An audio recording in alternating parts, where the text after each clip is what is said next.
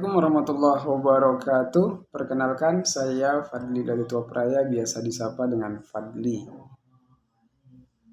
Teman-teman sekalian, apa nih target kalian pada bulan suci Ramadan ini? Nah, pada kesempatan kali ini, saya ingin berbagi tentang target di bulan suci Ramadan dan bagaimana sih tips untuk mencapainya. Sebelumnya saya ucapkan selamat menyimak dan semoga bermanfaat.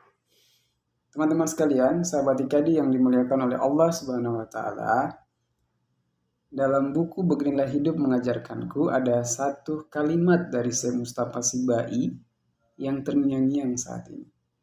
Kata beliau bahwa awal hidup yang hebat adalah ketika kita mulai merasa bertanggung jawab. Bertanggung jawab untuk memperbaiki kondisi diri kita dan terpanggil untuk terlibat dalam proyek perbaikan umat. Sahabat IKADI yang dimuliakan oleh Allah Subhanahu wa taala. Tanggung jawab ini menjadi sesuatu yang sangat penting untuk kita bisa membuat perubahan atau untuk bisa kita mencapai target-target kita di bulan suci Ramadan. Karena tanpa rasa tanggung jawab mustahil ini akan terjadi atau mustahil ini bisa kita raih. Kalimat dari Syekh Mustafa Sibai tadi itu sangat punya korelasi yang dekat sekali dengan peristiwa pertama ketika Nabi Allah Muhammad SAW menerima wahyu yang pertama di Gua Hira. Pernah kita bertanya bahwa kenapa pada saat wahyu yang pertama itu datang turun kepada Nabi SAW, beliau berada di Gua Hira. Padahal tidak ada undangan khusus kepada Nabi untuk datang agar mendapatkan wahyu. Bahkan Nabi SAW sendiri tidak tahu bahwa peristiwa itu akan terjadi pada saat itu. Tentunya ada banyak alasan. Tapi satu dari sekian banyak alasan itu adalah karena Rasulullah SAW merasa bertanggung jawab dengan kondisi umat saat itu. Dan ada dua target yang ingin saya bagikan kepada teman-teman sekalian. Yang pertama adalah tentang meningkatkan kepahaman ilmu agama di bulan suci Ramadan. Dan yang kedua adalah meningkatkan interaksi kita dengan Al-Quran di bulan suci Ramadan. Yang pertama, bagaimana sih kita meningkatkan kepahaman ilmu agama kita di bulan suci Ramadan? Untuk saya menggunakan dua cara. Yang pertama, mengikuti kajian secara online. Yang kedua, belajar secara offline, yaitu belajar langsung ke ustadz. Dan yang keduanya adalah membaca buku. Teman-teman sekalian, untuk bisa mengikuti kajian secara online ini saya mengatur waktu khusus.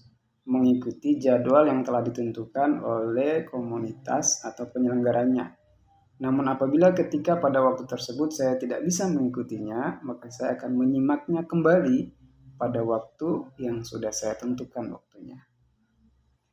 Jadi teman-teman sekalian, untuk pengajian atau mengikuti kajian secara online, saya biasanya mengikuti sumber-sumber yang insya Allah terpercaya.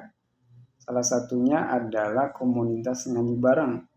Satu komunitas yang dia bekerja sama dengan IKADI Daerah Istimewa Yogyakarta, yang rutin melakukan kajian pengajian tentang akidah, tentang ibadah, tentang akhlak, dan beberapa kajian yang lain. Penting sekali yang mereka rutin lakukan di bulan suci Ramadan ini, insya Allah sangat menambah hasanah kepahaman kita tentang agama, yang insya Allah juga akan memperbaiki kondisi hidup kita. Dan yang kedua adalah mengikuti pengajian secara offline. Alhamdulillah untuk pengajian secara offline, saya punya jadwal khusus di setiap pekannya untuk menghadiri pengajian. Menghadiri kajian.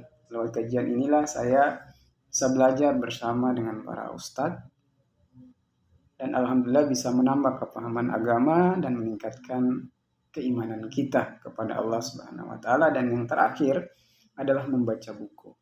Untuk membaca buku ini saya di bulan suci Ramadan dengan beragam sekali banyak aktivitas di bulan suci Ramadan ini, maka untuk bisa mencapai target membaca buku setiap harinya kemana-mana saya selalu membawa buku.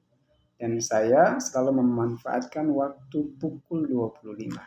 Teman-teman mungkin baru dengar ya tentang pukul 25. Yang dimaksudkan dengan pukul 25 ini adalah di mana waktu-waktu senggang di antara bekerja atau di antara waktu-waktu yang ada waktu senggang. Pada waktu-waktu itulah yang kemudian kita gunakan untuk produktivitas membaca buku. Saya biasa untuk membaca buku ini, saya di bulan suci Ramadan dengan beragam sekali banyak aktivitas di bulan suci Ramadan ini, maka untuk bisa mencapai target membaca buku setiap harinya, kemana-mana saya selalu membawa buku. Dan saya selalu memanfaatkan waktu pukul 25. Teman-teman mungkin baru dengar ya tentang pukul 25. Yang dimaksudkan dengan pukul 25 ini adalah di mana waktu-waktu senggang di antara bekerja atau di antara waktu-waktu yang ada waktu senggang. Pada waktu-waktu itulah yang kemudian kita gunakan untuk produktivitas membaca. Saya biasa menggunakan seperti itu dan alhamdulillah pada bulan suci Ramadan ini saya telah menghabiskan satu buku dengan tema lapis-lapis keberkahan. Buku yang ditulis oleh Ustadz Salim Afila. Dan yang kedua adalah teman-teman sekalian, target berikutnya adalah tentang intensitas atau interaksi kita dengan Al-Quran. Kita ketahui bersama bahwa Ramadan adalah bulan Quran atau Syahrul Quran ya.